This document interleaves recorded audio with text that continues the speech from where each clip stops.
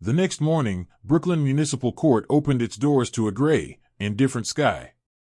A cold drizzle slicked the courthouse steps as people shuffled inside, hoods pulled up, collars turned down, eyes bleary from early alarms and sleepless nights.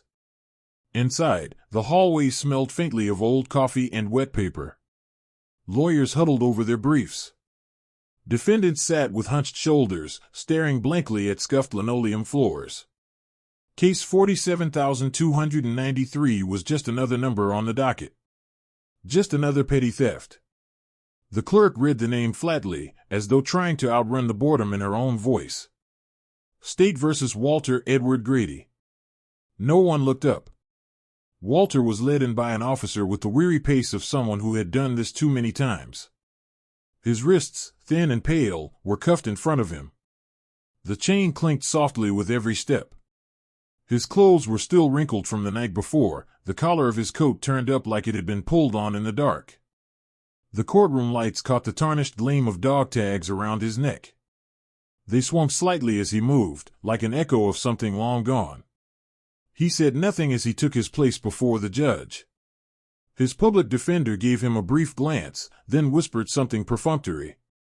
Walter nodded once. There was no one in the gallery. No family, no friends. Just scattered observers, clerks, and junior reporters waiting for something more sensational to cover. At the prosecution's table, a young assistant DA, new suit, sharp haircut, stood and adjusted his tie before addressing the bench. Your Honor, the defendant was apprehended yesterday at Morelli's Corner Market for theft of food. A loaf of bread, specifically. The store owner has submitted security footage confirming the act. This is not Mr. Grady's first offense. He has a prior record of minor shoplifting and trespassing. Given his lack of stable housing and recurring infractions, the state recommends continued detention until trial. Judge Michael Carmichael didn't speak immediately. He thumbed through the file slowly, eyes scanning the pages without much reaction. His expression, as always, was unreadable, rigid, disciplined, neutral. Mr. Grady, the judge said at last, his voice echoing in the quiet room. How do you plead? Walter raised his head. His voice came low, just above a whisper, but it reached the judge clearly. Guilty, Your Honor. Somewhere in the back of the courtroom, a chair squeaked. A woman stifled a cough. The rain tapped against the windows, steady and indifferent. The judge's eyes flicked back down to the file. Then he paused. He turned a page. His brow tightened slightly. His thumb tapped the edge of the paper once, then again. His posture changed, not much, just a subtle shift, like someone hit by a faint memory. He read aloud. Walter Edward Grady. Former Staff Sergeant, United States Army. Honorably discharged, 2004. He stopped reading. The courtroom held its breath. His eyes locked on Walter again. Something unfamiliar crept into the judge's features. Not disbelief. Not recognition, exactly. More like the edges of a memory pressing through fog. He cleared his throat and turned back to the clerk. Court will take a 15-minute recess, he said, voice flat but tight. The defendant will remain in the courtroom. Without another word, Judge Carmichael stood. Judges didn't stand during petty theft arraignments. That fact alone made the room suddenly alert. He walked out, down the hallway, and into his chambers. He closed the door behind him, but not before one of the bailiffs glanced at him with a puzzled expression. For 15 years, Judge Carmichael had handled thousands of cases. He had never called a recess mid-plea for a petty theft. Inside his chambers, the judge opened the bottom drawer of his desk and retrieved an old photograph, tucked between legal briefs and forgotten paperweights. It was curled at the edges, grainy with time. In it, a group of soldiers in desert camouflage stood shoulder to shoulder in front of a wind-blown tent. One of them was a young Michael Carmichael, barely 25, face lean, eyes sharp but uncertain. And there, standing behind him, taller, broader, arms folded with a quiet confidence, was Walter Grady. The memory opened like a floodgate. Fallujah. 2003, a supply truck convoy had been ambushed just outside the city. Carmichael, a green medic with less than 3 weeks in theater, had been thrown from the vehicle. Dazed, bleeding, concussed, unable to move. Smoke. Screams. Then a pair of hands, calloused and certain, pulling him out of the debris. Carrying him 2 miles across sand and chaos to the nearest outpost. He had never seen the man again. Until now. He sat down heavily in his chair, the photo still in his hand. He turned to his desktop, opened a restricted military database, and typed the name, Walter Edward Grady. The service record confirmed it all. 22 years active duty. 3 tours. Bronze Star. 2 Purple Hearts. And in a mission log from Fallujah, during active fire, SSG Grady retrieved injured medic PFC Michael Carmichael and extracted him under sustained enemy fire. Grady refused medevac until all wounded personnel were secured. The judge sat motionless for a long moment. The soft ticking of the wall clock was the only sound. Then he rose and returned to the courtroom. Walter had not moved. He sat with the same quiet dignity, the same slumped posture. But as Carmichael stepped behind the bench, his eyes briefly flicked upward. And in that brief look, something passed between them. A faint glimmer. Not recognition of the face, perhaps, but of something deeper. Of a life once carried. Of a debt, long forgotten by one, never repaid by the other. The courtroom was quiet when Judge Carmichael returned, but something in the atmosphere had changed, subtle, yet undeniable. The public defender looked up with a flicker of confusion, sensing a pause in the rhythm of routine justice. Even the assistant DA, who had expected this to be a closed case within minutes, straightened in his chair as if suddenly uncertain of the outcome. Judge Carmichael settled behind the bench, the file still open before him. But now, his hands rested gently on the wooden surface, his gaze fixed on Walter, not with judgment, but with something far closer to reverence. He sat that way for a moment longer than anyone expected. The clock ticked once. Twice. Then, finally, he spoke. The court recognizes the defendant's prior military service, he began, his voice even, but no longer detached. Not just in name, but in action. I have reviewed verified military records and first-hand commendations. This man has served our country with honor, courage, and sacrifice. That record will be entered into consideration. A stir went through the room. A few clerks leaned forward, pens stilled in their hands. One reporter raised her phone, now suddenly aware that this was no longer an ordinary theft case. This was something else, something unfolding. The assistant DA cleared his throat. Your Honor, while the state respects the defendant's service, the facts remain. He committed a crime and has prior incidents. I'm aware of the facts, Counselor, the judge said sharply, more edge in his voice than anyone had heard all day. What I am also aware of is that this man once carried me through G*fire to safety. You are here today because Walter Grady didn't leave me behind. And I will not leave him behind now. The silence was deafening.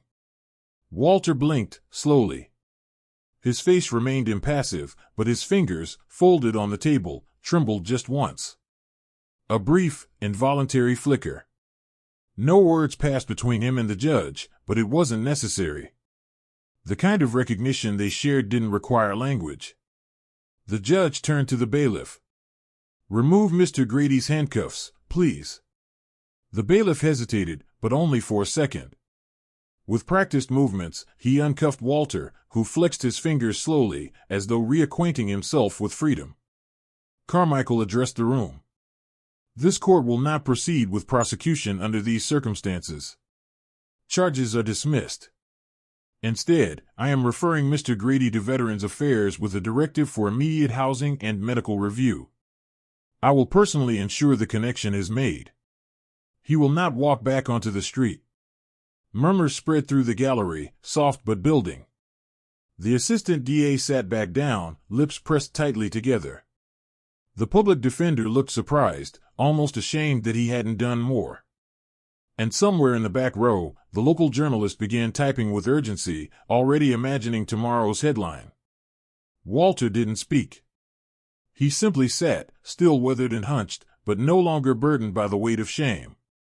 There was no applause, no celebration, but the respect in the room was palpable, quiet as falling snow. Later that afternoon, when Walter left the courthouse, he walked not alone but accompanied by a VA liaison, a young woman named Serena who held his file with both hands and addressed him as Staff Sergeant without hesitation. For the first time in years, Walter walked with someone who saw him, truly saw him, not as a burden or a ghost but as a man who had once mattered deeply. Word of what had happened inside that courtroom moved quickly. Morelli's corner market was the first to hear. Mr. Morelli, whose frustration had triggered the call to police, was handed a copy of the article by a customer later that evening. He read it slowly, in silence, behind the counter while sweeping crumbs into a pan. When he was done, he folded the paper and walked into the back office without a word. The next morning, a small sign appeared in the window, "Veterans always welcome. No exceptions." Then came the article, picked up by a local paper, then syndicated online. The man who saved the judge. The story traveled through veteran forums, social media, even into congressional inboxes. Thousands of readers learned how a homeless man, forgotten by nearly everyone, had once pulled a fellow soldier from fire. They read how, years later, he was nearly jailed for stealing bread. Comments flooded in. Messages of gratitude, of shame, of reflection. And then came the boxes. They started arriving 2 days later at the Brooklyn VA shelter where Walter had been temporarily housed. Packages from strangers, clean clothes, boots in the right size, thermal coats, handwritten letters. One came from a former platoon mate who had read the article and recognized the name. Another came from a school in upstate New York, where students had written notes on construction paper that read, "Thank you for not giving up." Walter remained quiet through it all. He accepted help, but without fanfare. He spoke little, but when asked by the shelter staff what he wanted to do next, he said simply, "Give back what I can. While I'm still here." And so he began spending mornings in the shelter kitchen, peeling potatoes, washing trays. Small things. But steady. Every Tuesday afternoon, he joined a peer support circle for vets dealing with PTSD. And once a week, he wrote something, a sentence, a memory, on a small notepad he kept in his pocket. No one knew what it was for. But he wrote it, without fail, every week. Back at the courthouse, Judge Carmichael kept the photo on his desk now. Not out of nostalgia, but as a reminder. That not all wounds are visible. That not all debts are paid in the same currency. That day, the system bent toward mercy. Not because of politics or pressure, but because someone remembered what it meant to be carried. Winter settled into Brooklyn like a weight. Icy wind funneled between buildings, and the sidewalks, salted and cracked, bore the hurried footprints of people who no longer noticed the man they once ignored. But now, Walter Grady was not on the sidewalk. He was inside.